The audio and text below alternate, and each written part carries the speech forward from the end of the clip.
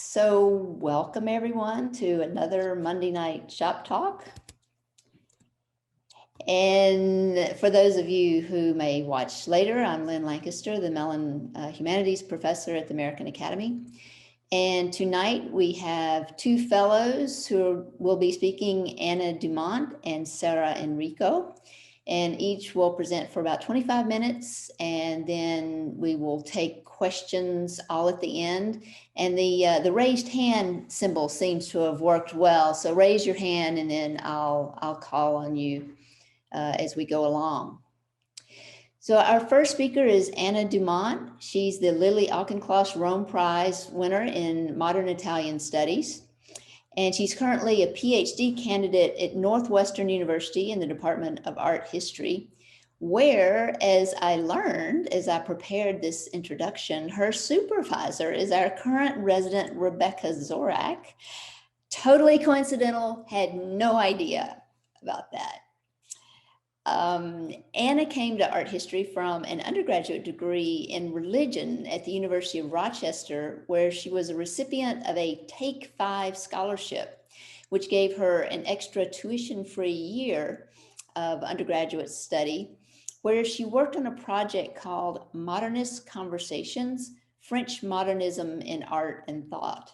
So clearly Anna was turning towards art history at that point in her career. Her research interests include the Italian textile history, gender and fascism, Italian futurism, and self-representation by women artists. At Northwestern, she has been named as a fellow in the Mellon Cluster in Gender and Sexuality Studies.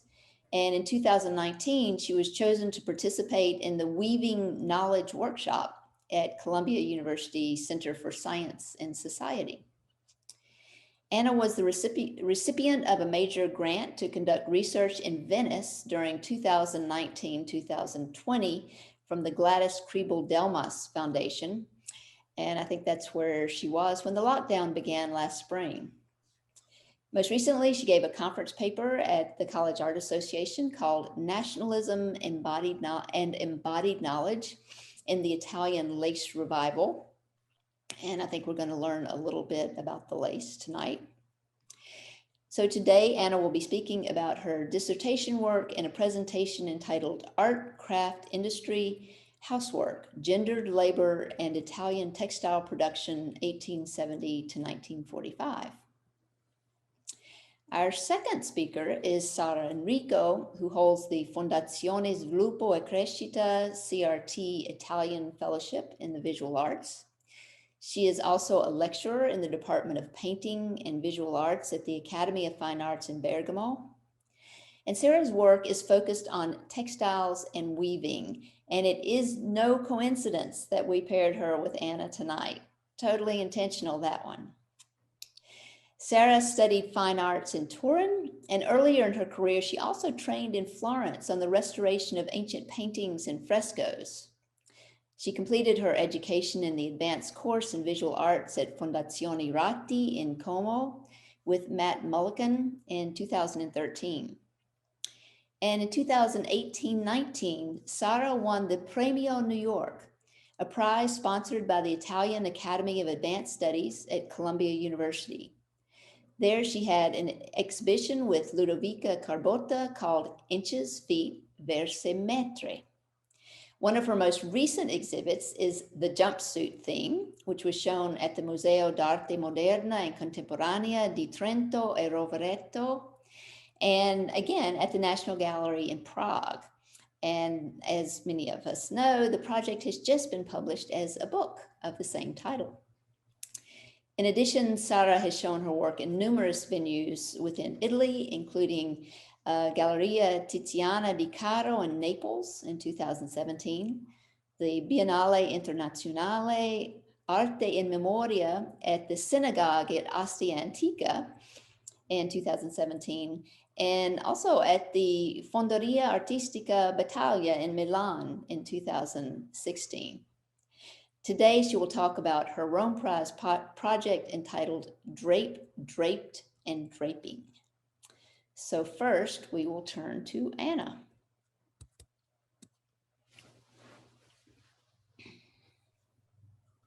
Let me unmute, share my screen.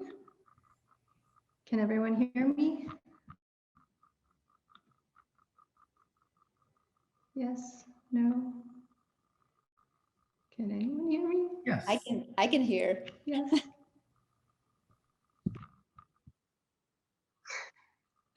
Oh, this doesn't bode well. All right. Well, someone break in and tell me if I go completely out, please. Good evening. I'd like to start with my thanks to the American Academy for these beautiful months in Rome, for the opportunity to think and write and research along so many kind and wonderful people. And I am very glad to be here. In broad strokes, I'm writing a dissertation on the history of women's textile work in Italy in the modern period. And just a short roadmap for this evening, I'm going to start with the chronologically earliest portion of my dissertation project, which is on the earliest portion is on the lace making revival in Italy in the late 19th century. And that's work I spent the last year in Venice with the support of the Domus Foundation working on. And then I'm going to zoom us out a little bit and discuss the more general critical ambitions of the project. And I'll close with a short section on the work that I'll be doing here in Rome on this later fascist period. So I want to start with a short film of lace making for those of you who have never seen it done. These are lace makers in Santa Margherita in Liguria in 1932. This is a film by the fascist newsreel studio Cineluce. And I want you to just watch them work and listen a bit carefully here.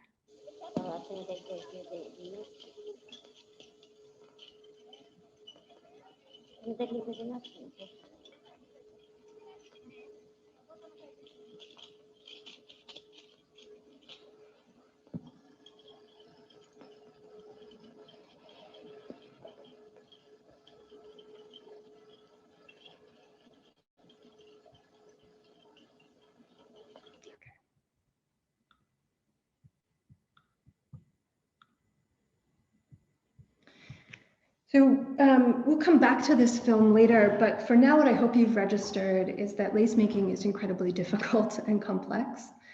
And I think you can hear and see the way that skilled lace making is done at a speed that requires a kind of reflexive movement. That sound that you hear is being made by a bobbin being moved over or under the others to make a knot. And I think you can see as well the way that each of these movements translates directly into the visual complexity of the finished product. We'll talk shortly about why a fascist newsreel agency might have been interested in filming these women.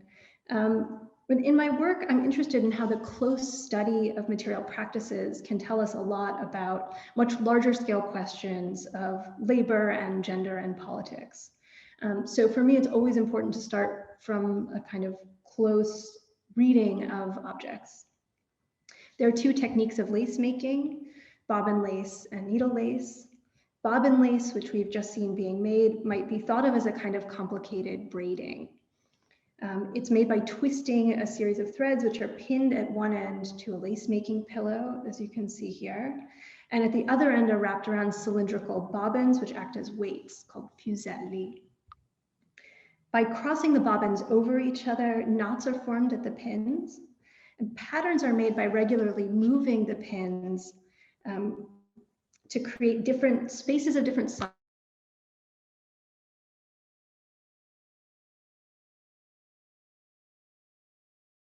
A friendship bracelet, in that it's a system of knots that's created by threads anchored at the top, worked sort of vertically downwards.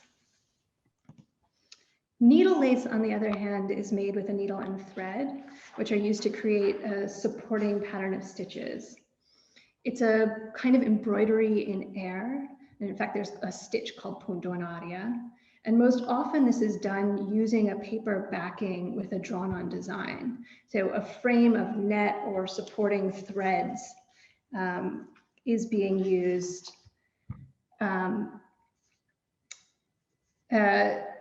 is being created over the drawn guidelines, and then the paper is finally cut away. So you can see whoever started this began to trace out the pattern of stitches here in this unfinished piece from the Lace Museum in Venice, and then never quite got to the stage of building out what you see at the left, which are these kind of wrapped stitches. As they are in this length of needle lace, that's now in the Municipal Lace Museum on the Venetian island of Burano, which is thought to be from the last quarter of the 17th century. And this kind of needle lace with these very chunky leaves and petals was really the distinctive pattern of Venetian lace during the 17th century, a period in which lace from Venice was the standard for the highest quality lace in Europe. So a wealthy English household could equal their outlay on a decent horse or a year of a manservant's wages in purchasing a single yard of Punto di Venezia. The history of this craft, however, was one of a luxury product, most often produced by women who were not entirely at liberty to demand fair compensation. So early modern lace was made in convents, asylums, orphanages, and poorhouses. It did not have a guild. And in Venice, it was made, for example, by the orphans of the Zitelle on the Giudecca and the foundlings of the Derelitti. And this is an altarpiece that's attributed to Veronese's brother, done for the Church of the Soccorso in Venice. I'm quite frustrated not to have a better image of it. But you can sort of see down at the bottom left and in the detail I've pulled out here, the reformed and supposedly quite penitent prostitutes making lace on a pillow. Sometimes these lace makers were compensated, sometimes they were not. So most often their money first went back to their institutions and then to their dowry funds if they were considered marriageable. This norm marrying charity and exploitation in the making of lace remained intact when immediately after Italian unification in the 1870s, the revival of this once great Italian industry was made a national priority. So by the 19th century, Italy had really lost out in the lace market. The fashion had changed during the 18th century to favor kind of flatter, more delicate patterns of Flemish and French lace. That's what you see here. And so lace was then this really symbolically rich area in which the Italian state and patriotic nobles saw the opportunity for the renewal of past Italian greatness, not to mention future economic benefit. Lace schools sprang up across Italy, from Abruzzo to Lombardy, Genova to Calabria, and here are some workers of the lace school in Friuli run by the Brazza family. And among the earliest of these schools was the Burano Lace School in Venice, founded in 1872. And these lace makers are posed right on the water on the island of Burano with this kind of the tower of the Church of Torcello rising behind them. And I think it's meant as a real symbol of the relationship between this craft, or the relationship that they wanted to establish between this craft and the kind of idea of the history of the Laguna. These new businesses were financed by the new National Royal House of Savoy, of whom Queen Margherita was the most important individual patron.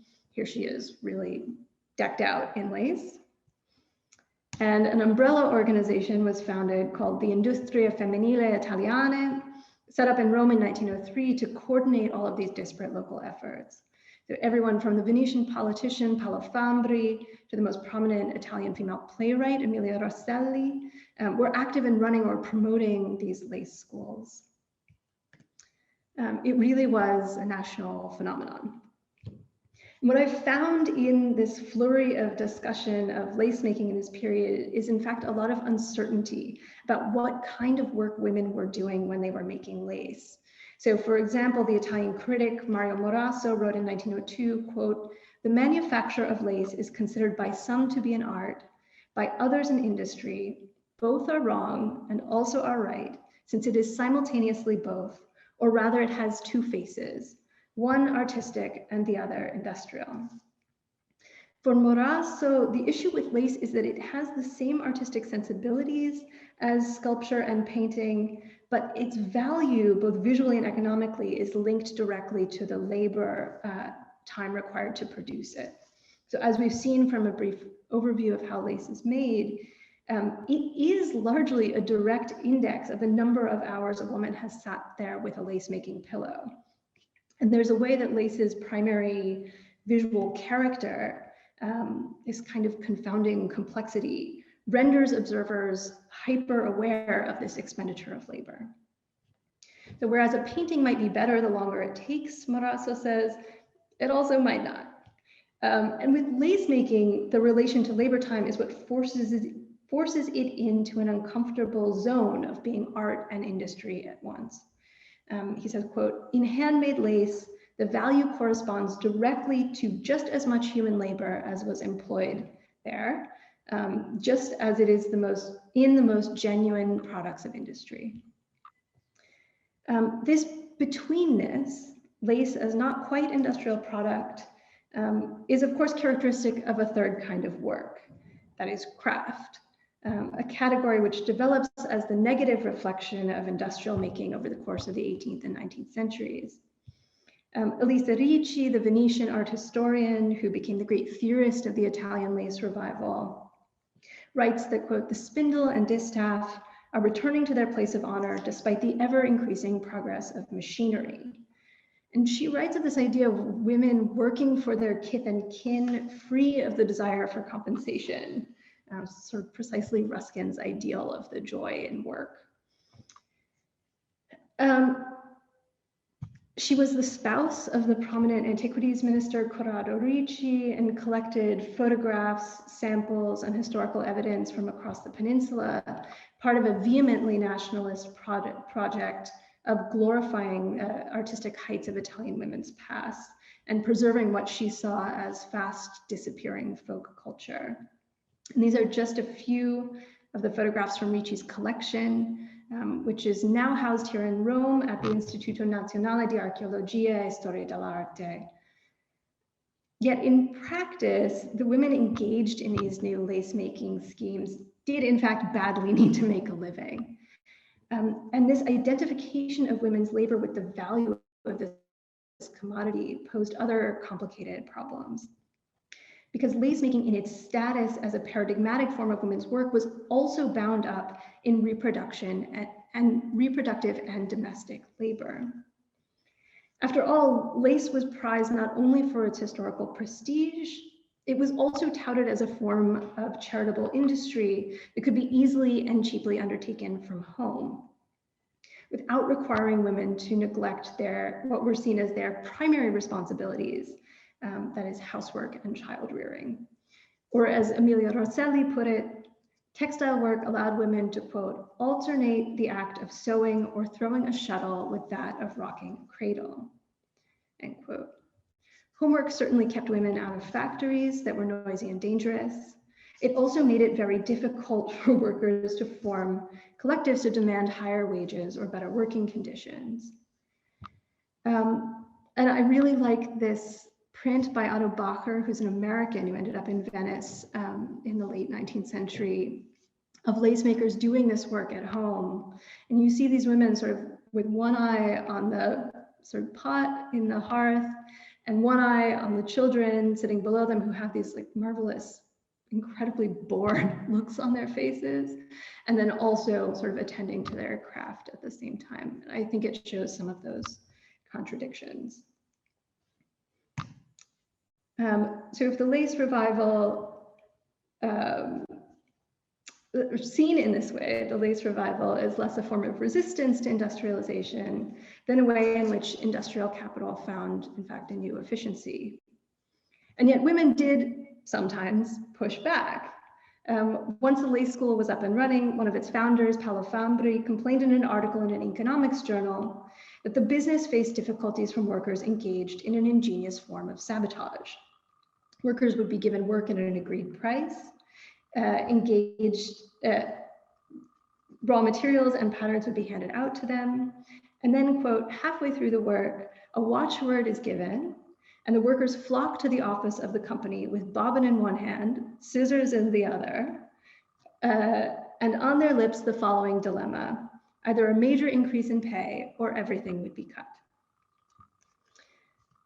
So in the end, who cares really what we call this stuff? Is it art, craft, industry, domestic work? If we can see anything from the confusion of people like Morasso, it's that quite similar activities are being called very different things. So maybe those categories just don't mean so much. And here I'm going to lay some of my cards on the table and get quite Marxist.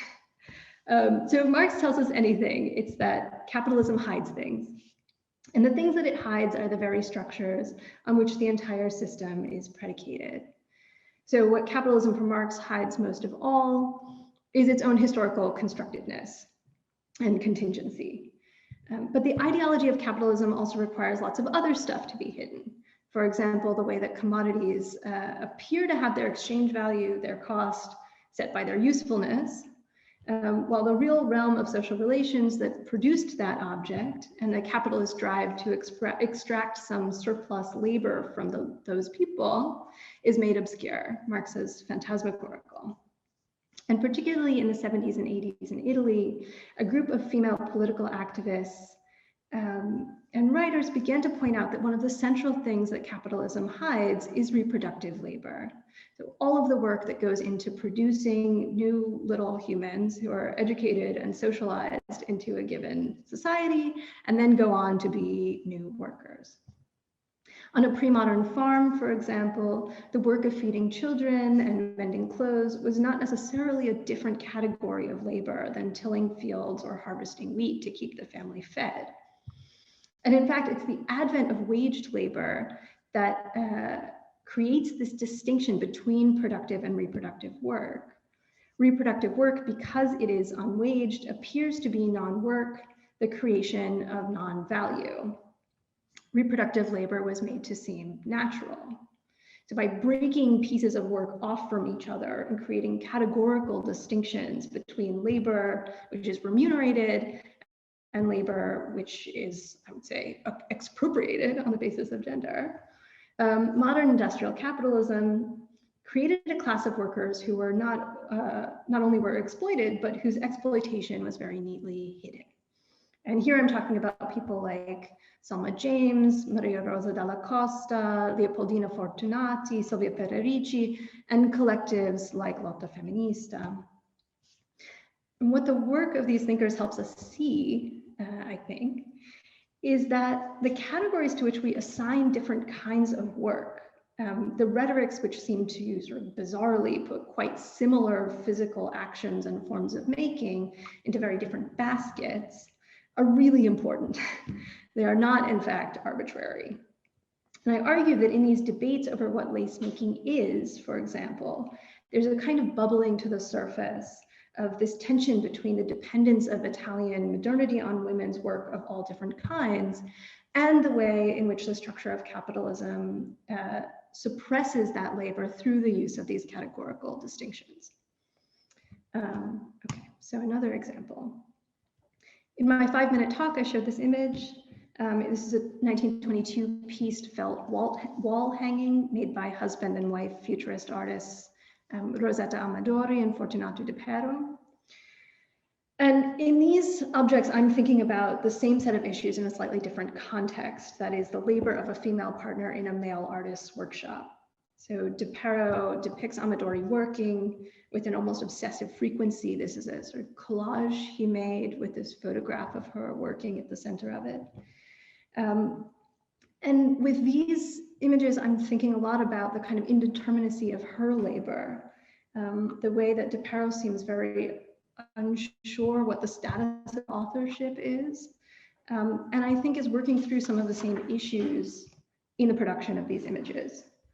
And here again, I'm asking what happens when we're able to see Rosetta herself intervening in the kind of workings of all of this. So in this case, I'm trying to think through how she defines her own role through these all of these letters of hers that are held at the Mart. Okay, so finally we get to Rome. What am I doing here? The final part of my project is about women's textile work under fascism. The fascists develop a real obsession with textiles as a part of their national policy of autarky. That is the goal of producing all of the goods of Italian consumption within the territorial boundaries of the state.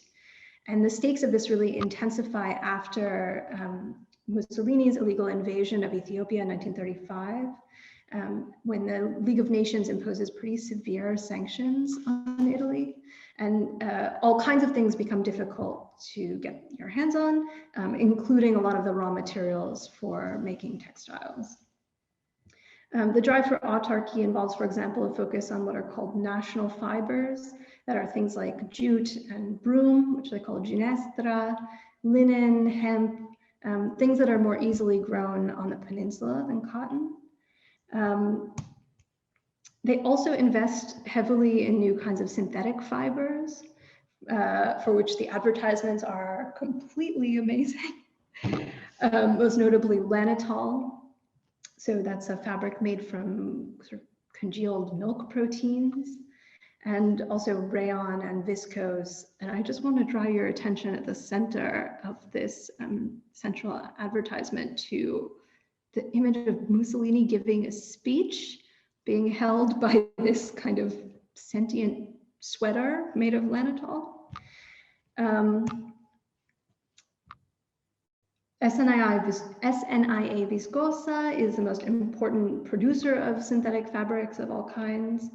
And Marinetti, the founder of Futurism, who by the 1930s is a major booster for the fascist regime, composes a poem of the milk fabric for the opening of their sort of new planned city called Tor Viscosa in Udine in 1938.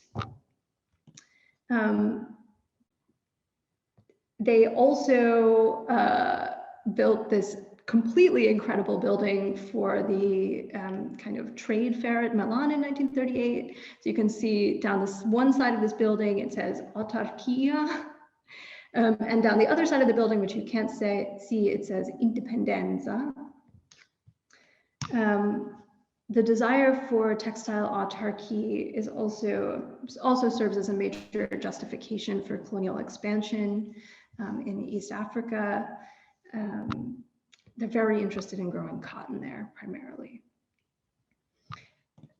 And the fascists also had their own textile industry magazine, which both had kind of lots of sober articles about the latest in production technology, and also strange things like this article drawing visual comparisons between works from Italian art history, like this Carpaccio, and the latest styles in fascist hosiery. So you can see these two fascist women with their bicycles in the same poses as the Carpaccio figures. And I'm particularly interested in these huge exhibitions by which the fascists really try to set a public agenda for textile production.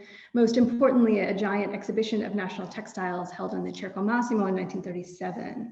You can see here the signs for exhibitions for different materials. On the left, we have canapa, hemp, and cotton, lit up at night with the backdrop of the baths of Carcalla. So there's lots of also here maybe to think about in terms of the use of the ancient city for these propaganda purposes.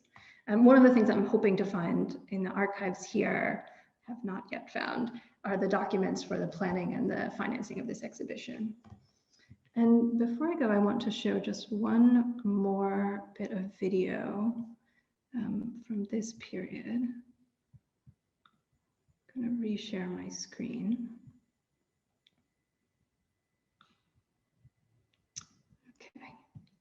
And this is the opening of a 1936 textile exhibition at Forlì that was the sort of precursor of the big 37 exhibition in Rome. Operare alla realizzazione dell'autarchia economica voluta dal Duce.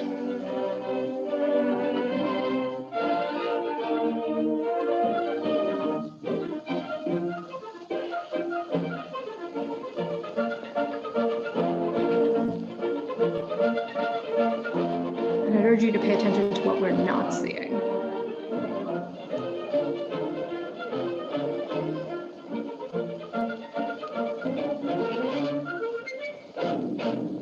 Okay, that's about enough of that.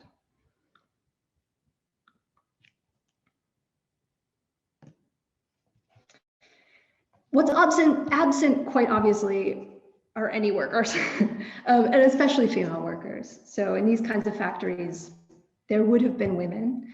In 1931, 77% of Italy's industrial textile workforce were women.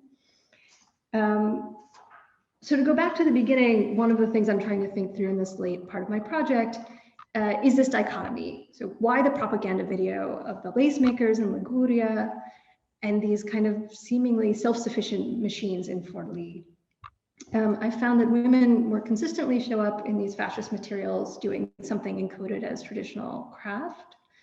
So for example, these are members of the Masai Rurali, these like women's fascist organizations in the countryside, at the 1937 exhibition, doing a kind of demonstration of some kind of textile craft. I can't quite tell if it's spinning or embroidery. This is also the uniform of the Masai Rurali, which is this embroidered handkerchief with the word duce all over it. And finally, I'm also thinking about these kinds of archaic depictions of textile work. So this is a mural by Massimo Campilli that's now lost. It was done for the 1933 Triennale, which seems to imagine these different primordial forms of women's work in their roles, and as the title says, mothers, farmers, and workers, but apparently textile workers. So we can see these women down at the bottom left doing some kind of sewing. So thank you so much for your time. I can't wait to hear from Sara, and I really look forward to discussing all of this with you on the roof and beyond. Thank you, Anna. So now we will move over to another type of textile work. Okay. And I will hand it over to Sara. Okay, hello everyone and good evening. I'm very glad to be here. Thanks so much, Lynn, for the introduction. And I would like to make a big thanks also to American Academy and the Fondazione CRT for supporting my works and researching here, as well as the people who put my name on the list. It's great, despite this crazy time, to be here in Rome, spend some months here and with this amazing group of people, thinkers, workers, and makers. So I'm very glad to be here. So while I'm sharing the video, the screen, okay. Okay. So I conceive this talk like a medley, like a formal and visual, also written narration in 3 parts about some aspect of my works, some previous work and show, and what is actually my research in here and doing here, related to some way what I'm doing here in Rome. So I'm going to read some notes along the way of showing these slides. So draping plays around different declination of a term as an open action to investigate the multiplicity and intertwine of semantic effects from certain pictorial paradigm and considering the fold as a generative tool in the relation between the surfaces and their in the material and figural planes, and as a conceptual process, such as the combination and translation of different media. I observe the connection between the body, clothing, and space through experimentation with textile or industrial materials, through manual and digital processes. As a physical and linguistic system, my work interprets reality by experiencing tactile proximity.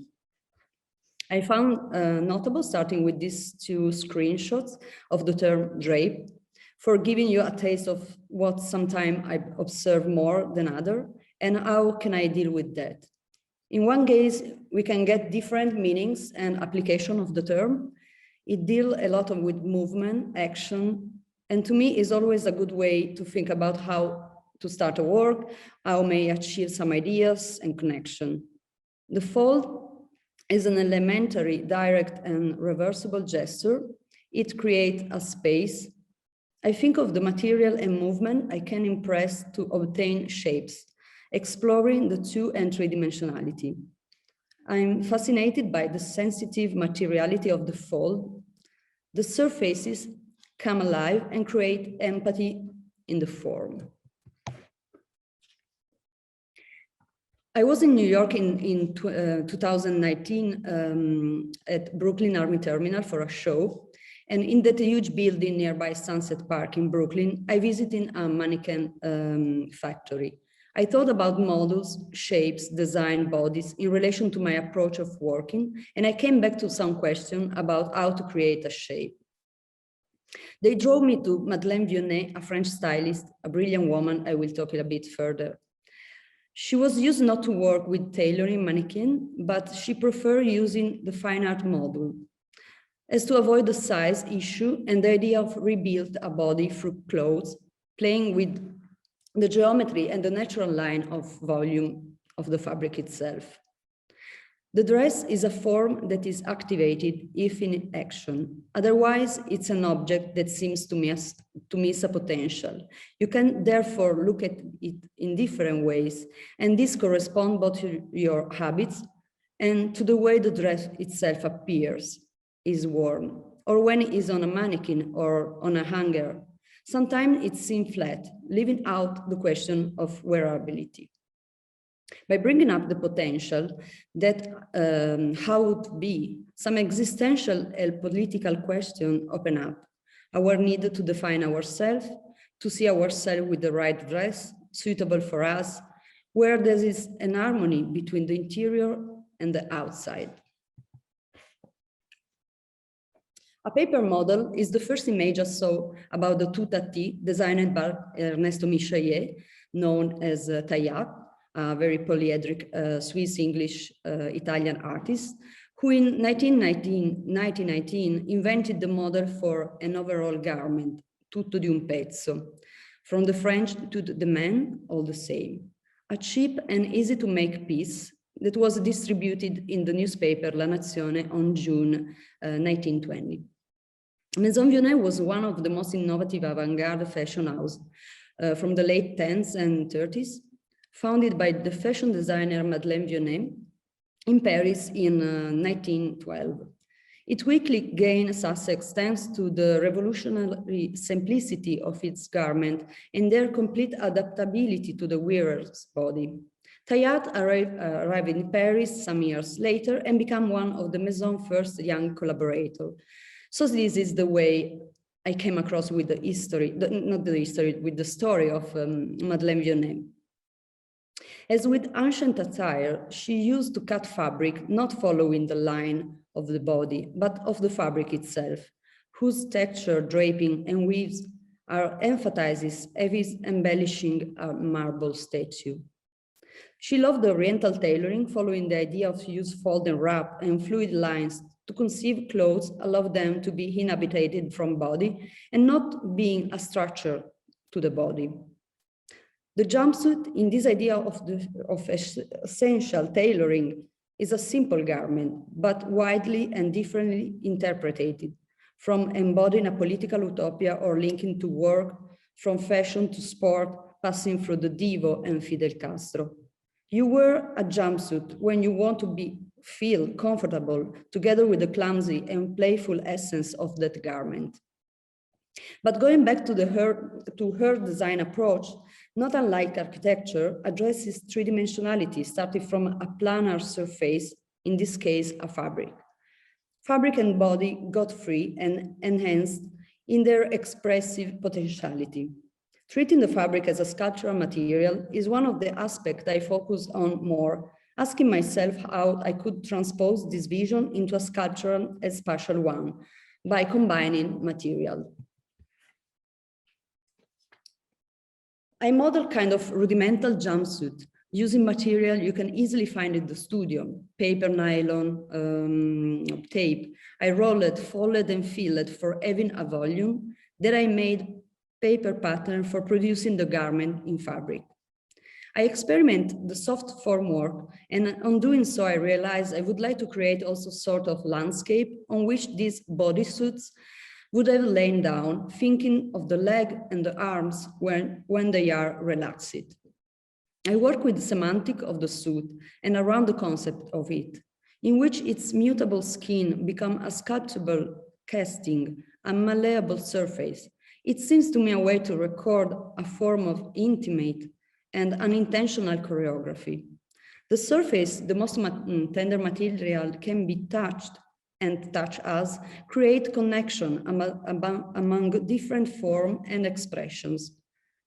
The tool I'm interested more in this sense is the translation and mutation as a way to experience the world and the stratification of the reality. 3 models lounging in store windows by Kay Curtis, a drawing taken from the New Yorker in June 2017. Here, there's also an excerpt by Shehab Avad, one of the authors of the book I recently completed and published by Nero Edition in Rome, and I'm going to read it. The body is in a constant state of accumulating exhaustion. There are states of a body can find itself caught between, while under the mercy of its self-governing mechanism, classified as, sorry, there's a bar here, classified as a parasomnia, sleep, start, or hypnic jerks are those familiar, sudden convulsions that jolt the body back to the consciousness, right as it begins to slip away. The abrupt movement is usually accompanied by visual of losing one's footing, missing a step, or falling completely off the edge of a bottomless cliff. Are sleep start manifestation of an ingrained resistance to let go? Could the visceral sensation of falling that thrusts us back to wakefulness indicate an imposed reluctance to surrender? The word pajama originates from the Hindi pajama, which literally means leg clothing. A body at rest remains at rest. The definition of the word inertia is a tendency to do nothing, to be immobile, to choose inaction unless forced otherwise by an external force. Inertia is the resistance of any physical object to change its state or direction of motion or motionlessness. It's a bodied lust first, an inherent defense against manipulation, a form of sabotage that is dormant yet accessible. As my body works to produce this text, it's reclined and it's resisting. Somewhere between wakefulness and death, it chooses sleep.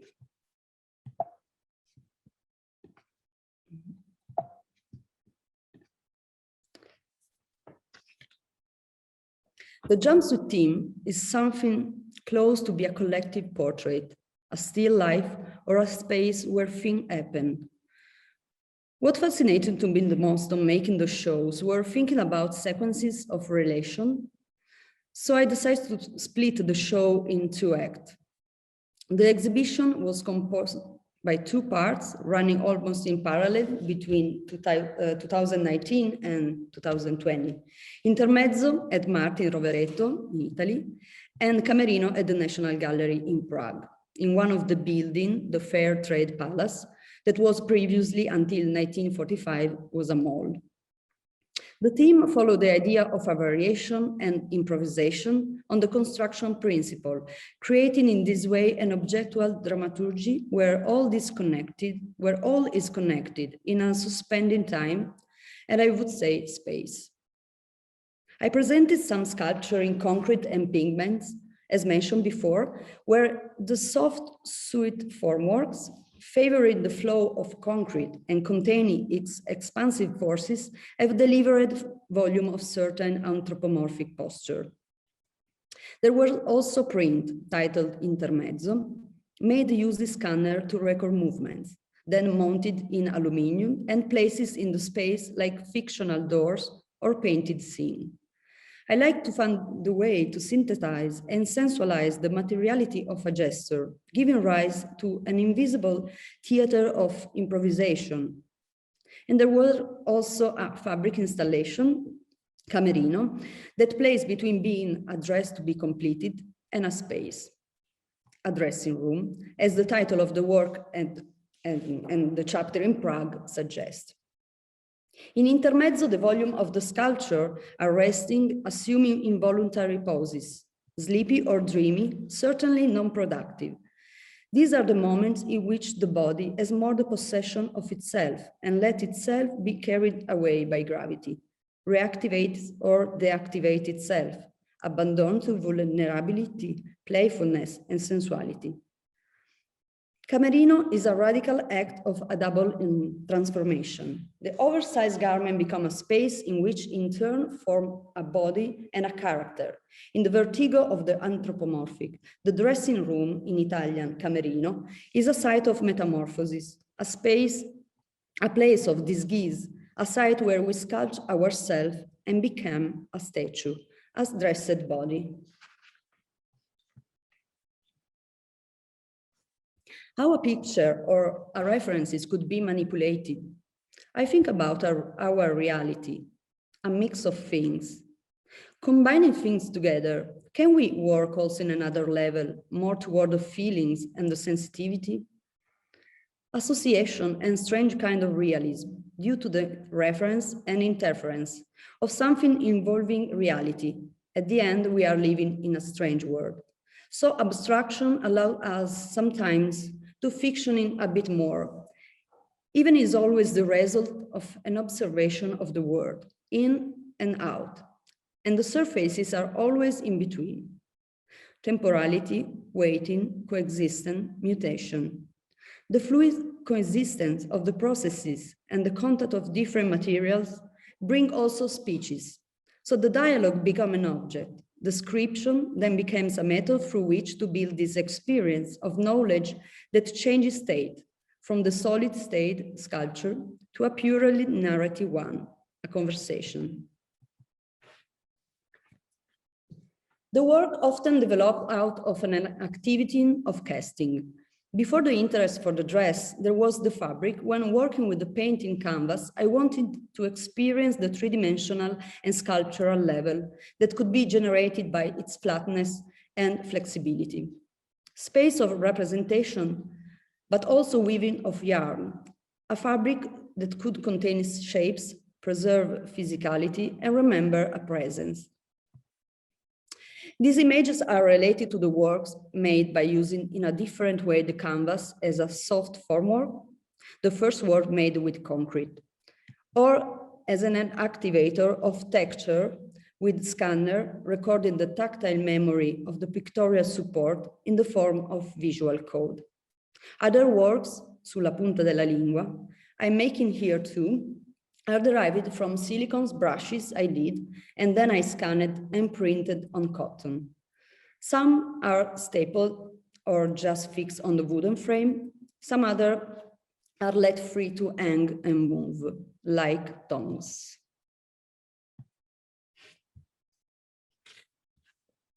As my draft at the very beginning of this talk was introduced, here in Rome, I'm focusing in particular on those work connected with the idea of consequences, relation, reiteration, manipulation, using scanner and digital processes.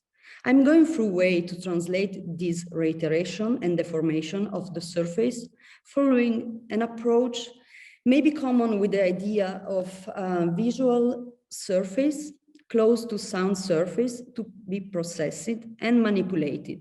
Going back with my interest in some experimental music, such as in electronic music, or looking at some psychedelic loop or the drum music, where the sound is intended as a physical source.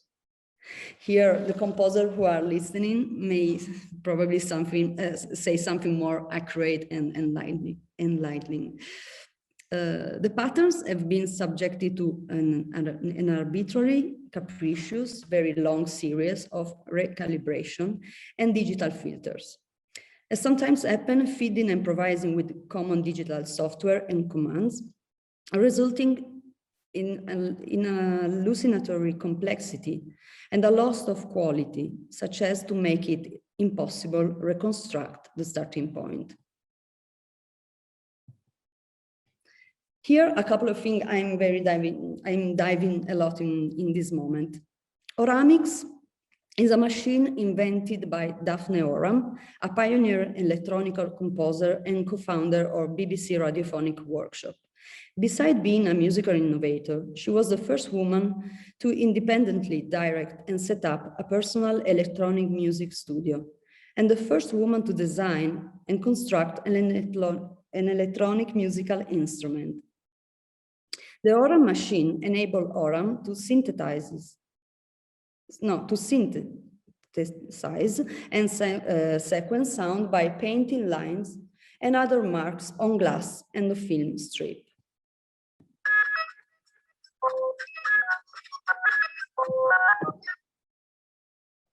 Here, it's a very short video from the live set held in Camden Art Center using mini Oramix, a drawing sound synthesizer originally designed by Daphne Oram, which had been designed in the 60s.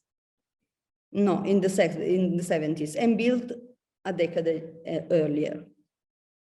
The machine was never released during her lifetime, with the blueprints now housed at the Daphne Oram archive at Goldsmiths University in London. The composer and instrument builder, Tom Richards, also outlined his own work building a mini Oramix machine from Oram's original note and drawing. In Italy, there were many experiences in Turin, in Padua, in Milan, Florence, Rome, and Teresa Rampazzi is among the Italian composer, very brilliant, and I like so much her too. But that Oramix machine find me completely inside this kind of mood, so I picked Daphne Oram for this. I found the scanner a good way for making casts. I like to think about it as a chance to perform material and to explore its sculptural features. The scanner glass is one of the contact threshold for which at least 2 points of view and the principle of reversibility apply. Rgb Skin are a group of sculptures I'm going on and developing here in Rome. They are printing fabric on lycra and for covering a foam shapes that is inside, resulting from the manipulation of a blank canvas placed on the lid and the moving bed of the scanner. And then there was passage to extract the color and all the surfaces. The relationship with digital develops in the dimension of depth, which is explored through repeated overlapping and thinning down of layers that stir the flatness of the support.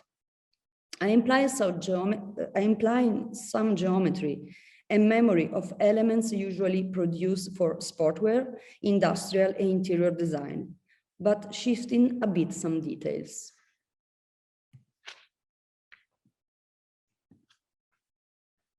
Loie Fuller was an American actress and dancer who was a pioneer of both modern dance and theatrical lighting technique. She lived between the end of 19th century and early 20th century, and she is known for the creation of the famous choreography, the Serpentine Dance. The trajectory of this lineage unfolds on multiple levels through the fold of Loie Fuller robe.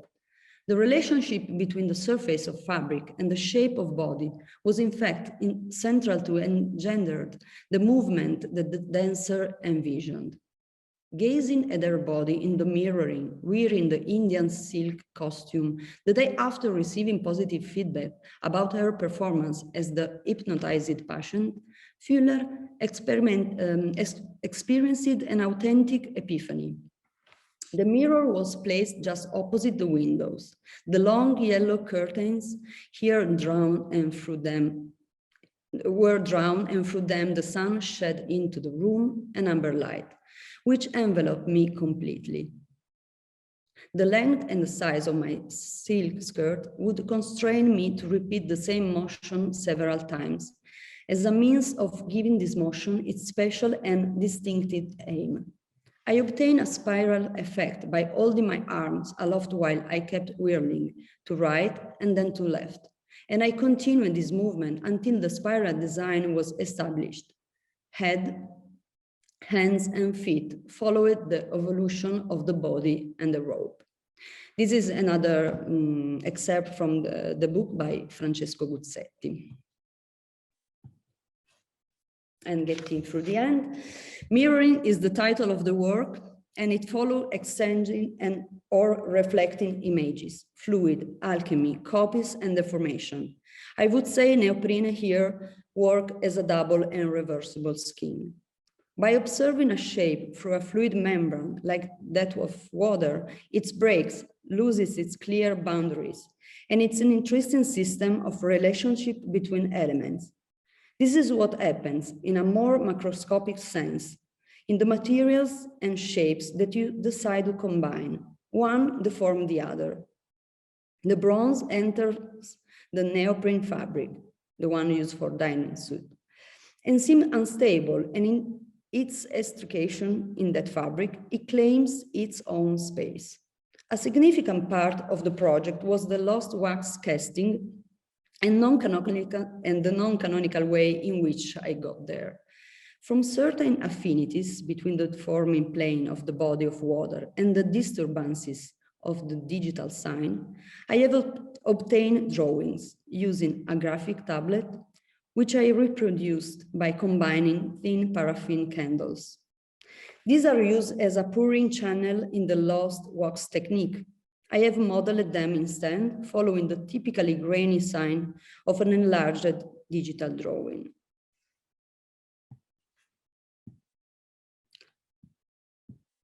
Just a moment, because I cannot see there. I move between subject and object, real and virtual. It's a game of fiction in which both of them have lost part of the original identity and theatrically take note of an incompleteness, seeking a possible completion through the unknown relationship with the other. I'd like to close with an excerpt by James Tarrell Sobey, an American critic who wrote an introduction text for Kay Sage, a surrealist American poet and painter lived in the half part of 20th century, whose work I like so much. I found a relationship with Rome through the show she had in 1953 at the Galleria dell'Obelisco. That or the like made me think a lot, an intriguing gap where many things and meanings may be unraveled. And now or then I would like to make some projects starting from this idea of or the like, but I close on, I would like just to read this part, but I cannot, okay. Just a moment, okay. An American dictionary gives the meaning of the word pavilion as a light ornamented building in a park, garden, or the like. One might think the lexicographer had Kay Sage painting in mind when adding or the like. For her structure rise in a setting which is neither park nor garden, but somewhere deep in memory, there like. These are the pavilions of dreaming. They stand in boundless space. They are uninhabited. Thank you very much.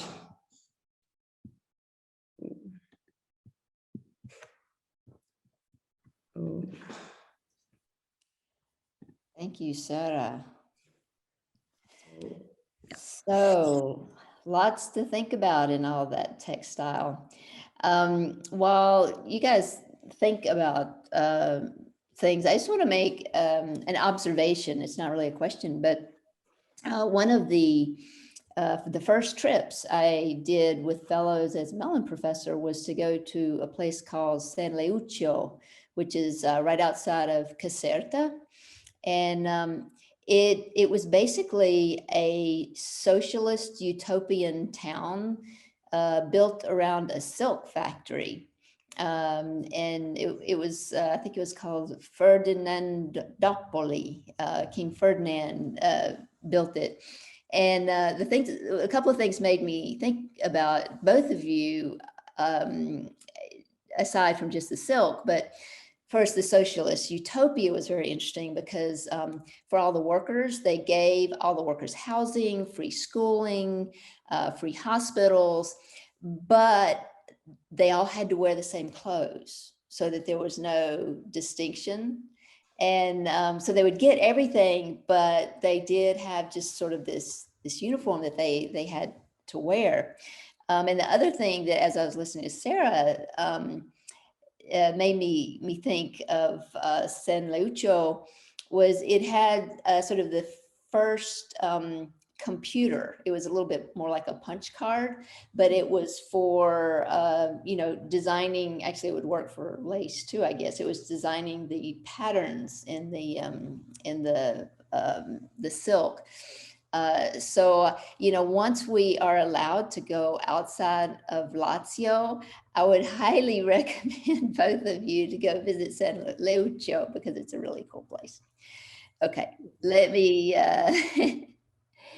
let me get to some questions here. Yeah, there's a connection with what you were saying about the computer puncher card. I did some works with the Jacquard loom, starting from a scanner and translate into a weaving. And it's part of the project that I would like also to explore in next month and so and a little bit more. But yeah, I would like to visit it. So I think Karina was the one that had her hand up first. Yeah, can you hear me? Because I have the, okay. So my question actually came out of curiosity. Can you say something more about what brought you to approach the textile at the very beginning? I mean, how came this fascinating at first? And because both of you actually seem to see in the textile the conceptual place for something more than the research itself.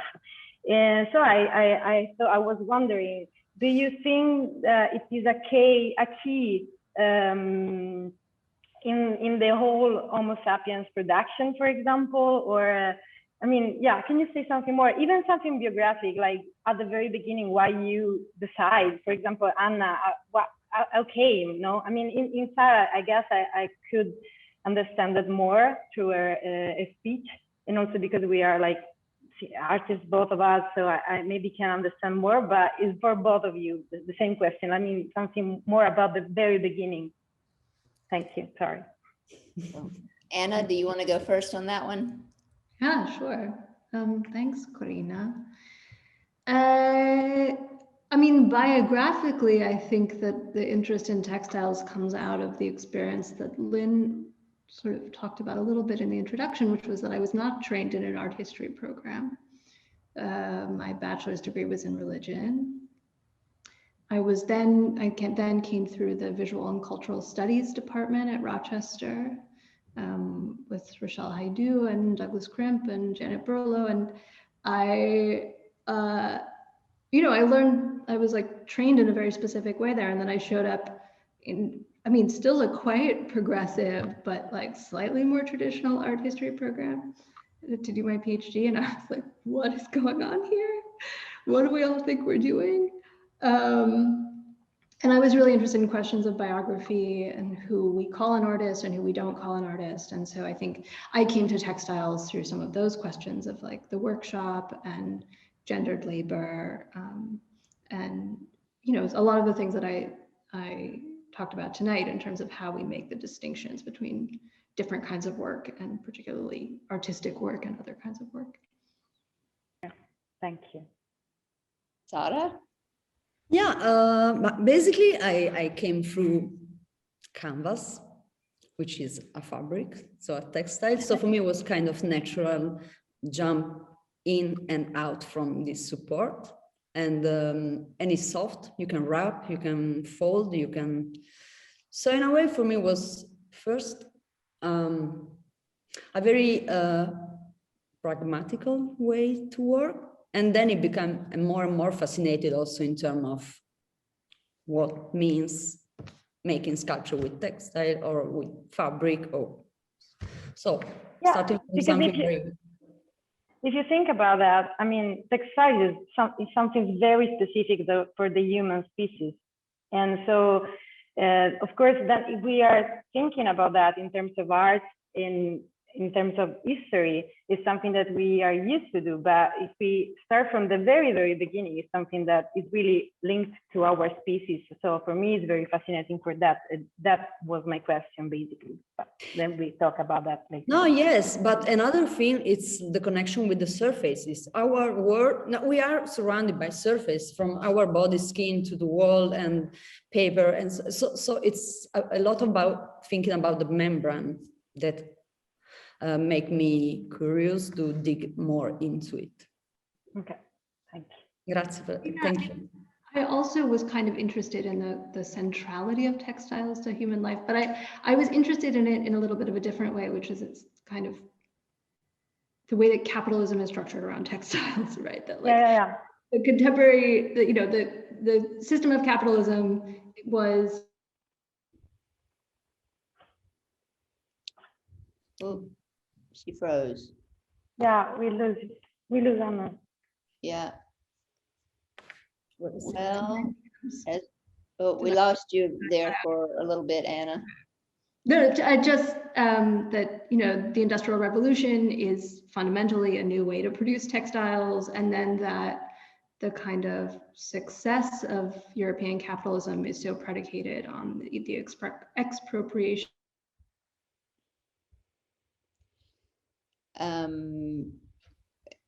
Let's go for, we're losing Anna again. Let's go for David. I think you had your hand up next. Thank you. First of all, both to Anna and Sara, that's fantastic talks. And it's really interesting because when Lynn was framing these two talks, she described their connection in terms of textile. But for me, one of the many things in addition to textiles that connect them is also thinking about the tactile and the role of touch, both in the production of work, but also then in the experience of what it means to either, in Anna's case, write about, document, understand, right? The engagement with an archive, getting your hands literally on objects to write about them. And then, in Sara's case, making them, but then also using historical examples. But all of these, as much as we in the era of Zoom are thinking about the visual, these really are objects and experiences that are mediated by touch, by tactility. And so I guess I wanted to ask both of you if you could say a little bit about how these projects, a dissertation or kind of these broader projects that you're working on, how they have shaped the way that you think differently about your own role as someone who is a sensory being in the world who uses touch, as well as the subjects that you write about who themselves are engaged with touch in various ways. So who would like to take that one first? Sara, you want to have a go at it? I'm going.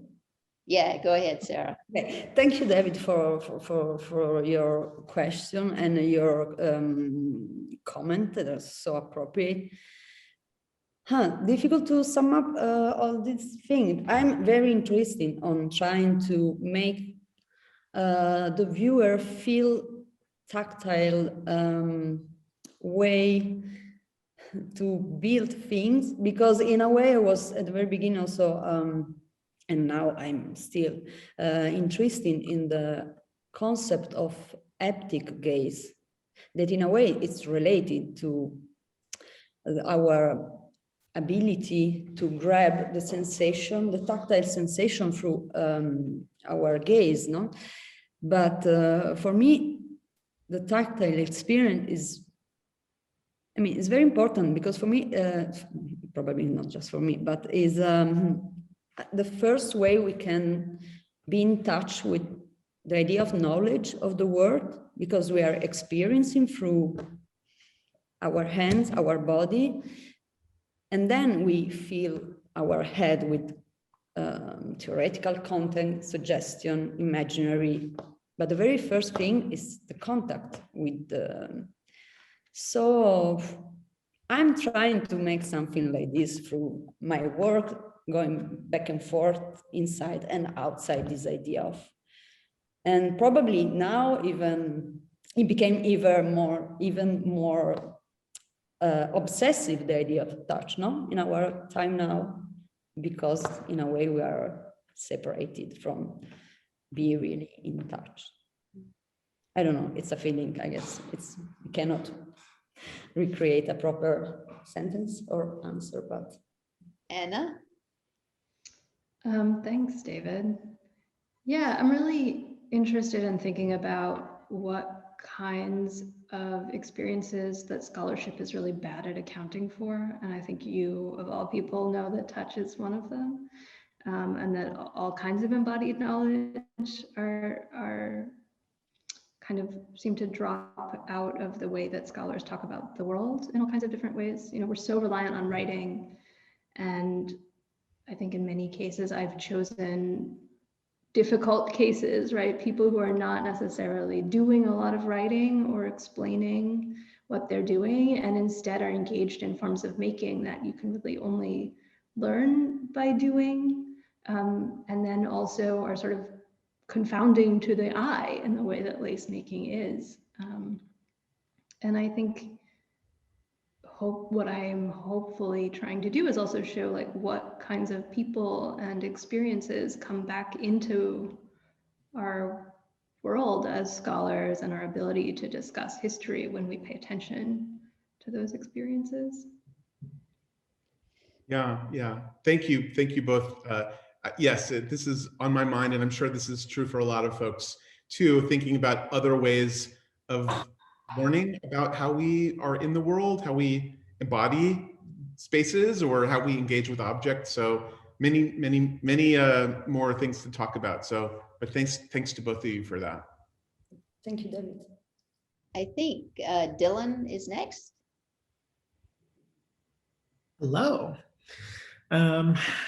My question for either or both of you, if it seems relevant, has to do with how you think about sort of participating in or denying sort of traditions and innovations. The sort of, tonight I was thinking about a couple of years ago, there were news pieces about Aymara women in Bolivia sort of weaving things that could be put into catheters and hearts, using traditional knowledge, but with 21st century materials and surgical techniques that are anything but traditional. But there's this way in which the sort of rhetoric was of traditional knowledge being used for innovative purposes. And this seems like something that is present in both of your talks in different ways. Maybe the sort of economic circumstances are different, or the politics vary, but I'm curious how you're thinking about this sort of somewhat clumsy binaristic distinction, this dichotomy. Thanks. Maybe Anna, go first on that one. I'm happy to. I have a lot of feelings about this. I have a feeling you might. I am always really suspicious of the use of the word traditional, particularly when it comes to textiles. I think like textiles are always being made in the moment in which they're being made. And like history is always kind of at stake in different ways. But I think that like the distinctions that get made between traditional forms of making and other kinds of making are like, they're not about what people kind of or say that they're about. And often they're about class, or they're about wages, or they're about prestige, or the museum, or, a kind of Orientalist idea of like timelessness. And so I'm really interested in the uses of history. I'm interested in what happens when someone says they're doing something traditional. But, we've also like been making things on machines for a couple hundred years. And, there's like a warping machine in the Jacquard weaving workshop in Venice. It was like the same one designed by Leonardo da Vinci that's still in use, right? Like that's also, so what are we talking about when we talk about tradition? I think is like always the question. Sara, do you have any thoughts on that? Yeah, but first of all, I agree with what Anna was saying about the idea of tradition. To me, the question is probably more connected with the idea of take some kind of close approach to the processes that sometimes I take and I go through, and I try to shift a little bit the proper way to do that. I don't know if it's clear, but for instance, every time that I I decide maybe to use like bronze process or weaving things or trying to make a formwork with a suit and not properly project, is a way to me to say that I want to work, I can say, in a transversal way, and that means for me to stay in between the lines and try to avoid all the structure or the proper category of making things. So industrial, artisanal, or digital, manual, for me, it's across, like a crossover of things. I cannot, I don't want to create necessary oh, I'm losing the track. But the point is that I try to handling with all this thing and try to push toward what I like to make, and in a not assertive way, but trying to question a lot around this and put on the table some kind of results that are the object that I do. I don't know, but yeah. It was difficult question. Thank you, Dylan. Kati. Yeah, I think this is maybe a little bit of a follow-up, a much flatter version of what came out of the last answer. So forgive me, I should have gone first, Dylan.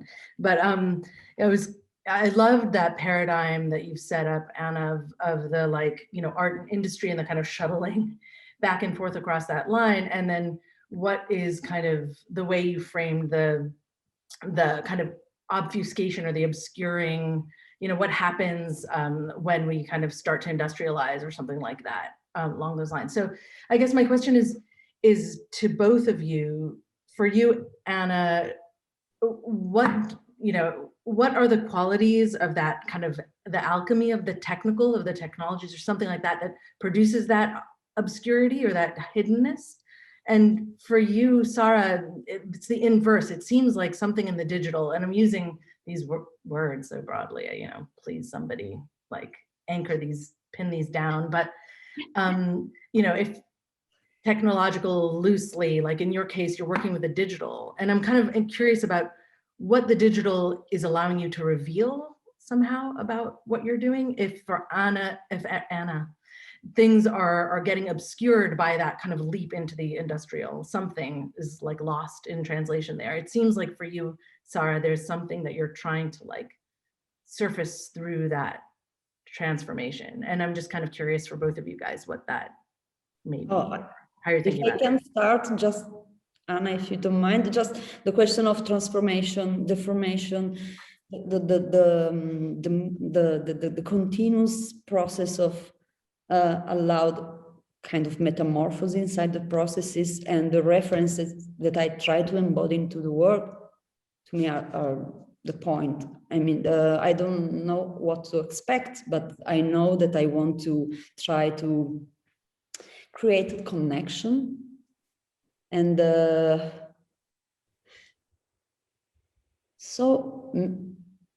yeah, digital, I mean, maybe it's generic, the term to me, but I'm interested to follow one point and then try to push toward another things and then shift again. But it's not because I don't know where to go, but just this kind of flux or streaming is the path that I want to try to follow, put in some kind of things. And yeah, the surface is the point of connection, this idea of, because as well as the software support, I mean, the surface are something that is outside and inside, and this outside inside sometimes doesn't connect perfectly, are not the same. So this gap is something that to me is interesting to try to translate through this cross-medial way to make sculpture or two-dimensional. I don't know if I reply to your question, yes. But more. Let's make you feel something around. Thank you, Katie. Thanks, Kati. I think that what I want to be saying is happening isn't necessarily that like there are these categories and then they get blurred, but that like because in this moment the categories are being kind of artificially imposed in this new way, and they have to be imposed in this new way because like just if you like we're going to pay people wages to do reproductive labor, like everything would just sort of like fall apart, like the system would be unsustainable. And that's, I mean, that's the point that Fortunati and Federici, for example, like start to make in the 70s and 80s, is that like this is the place where like the entire system of how things work is quite vulnerable. But yeah, that like in the imposition of those categories in this new way, like they don't quite fit to life properly, or like there's this struggle to kind of impose them that then creates all of this like uncertainty in which people are really honest about the fact that they're like really kind of actually not sure what's happening. And I think like the alchemy of the technical there or something is like the body, right? And like all of these women's bodies that like are engaged, are like related somehow to reproductive labor because like we've decided that's gendered in a particular way, and like, you know, so you're always having to sort of contend with that somehow, in the same way that like early modern lace making is like always at some level linked to like prostitution and the possibility of prostitution and like rescuing prostitutes. And anyway, and so I think like it is this spectacle of this craft that seems to come from like inside women's bodies. And part of what I've been writing about recently or trying to figure out how to write about is like this other set of language that gets used where like all of these observers are saying that like women just know how to do this, that like this is something like inherent to like Italian women, that they just like know how to make lace, and like you don't have to teach them very much. They just kind of like it's in their blood. And so yeah, I there's something happening there with women's bodies and this kind of technical knowledge that encounters them or comes out of them or something. Okay, so we're at 7:25 and we've got 4 more hands to get through. So maybe you could ask one person rather than both person as we go through. But Chrissy, you're next. Yes, thank you both so much. That was such a wonderful pairing. I have a question for Anna, and it's sort of, maybe it'll be quick because I think it's sort of a technical question that relates to some of the bigger themes that you touched upon, that have to do with like, why isn't lace making an art, and like, who is the artist behind it? And I apologize if you mentioned this and I missed it, but do we have any sense of the identity behind the creators of any of these patterns? Or is there like are there pattern books somewhere that we can kind of source or get to the root of in that way that you know about? This is a fantastic question. I have a lot to say about pattern making and pattern books. There's like this fantastic long early modern tradition of pattern books being made by like quite important artists, and also being a place also where female artists are working.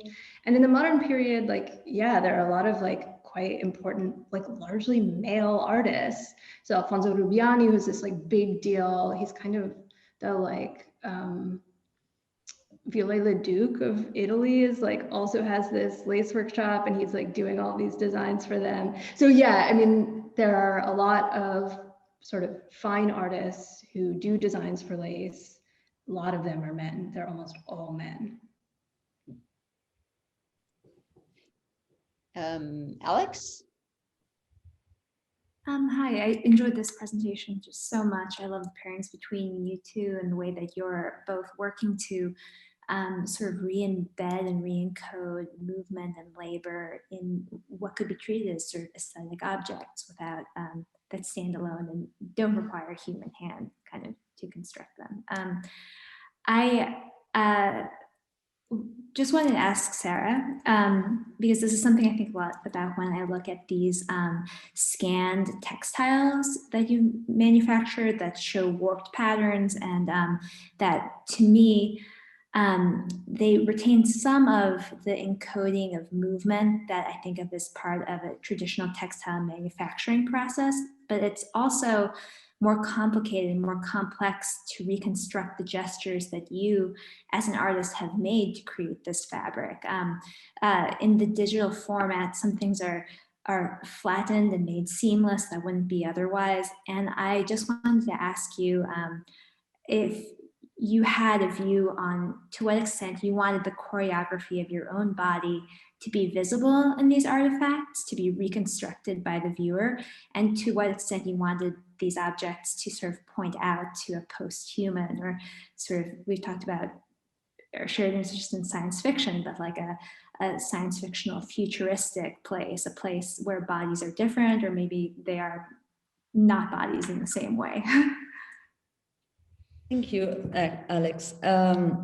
No, it's amazing what you are saying, because you make me think first that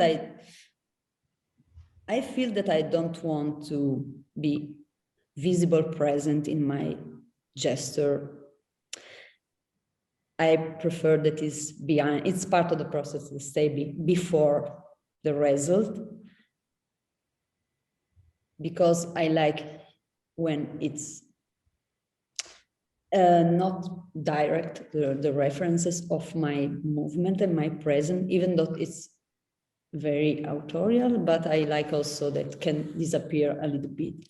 And speaking about this idea of in the future, or this kind of idea of body or environment or things, I was thinking that when I conceived the idea to work with kind of abstraction of body, what I was more interested was this idea of an involuntary gesture, something that we feel to have a body, but we feel also to have this kind of freedom to feel the body when we are not doing nothing.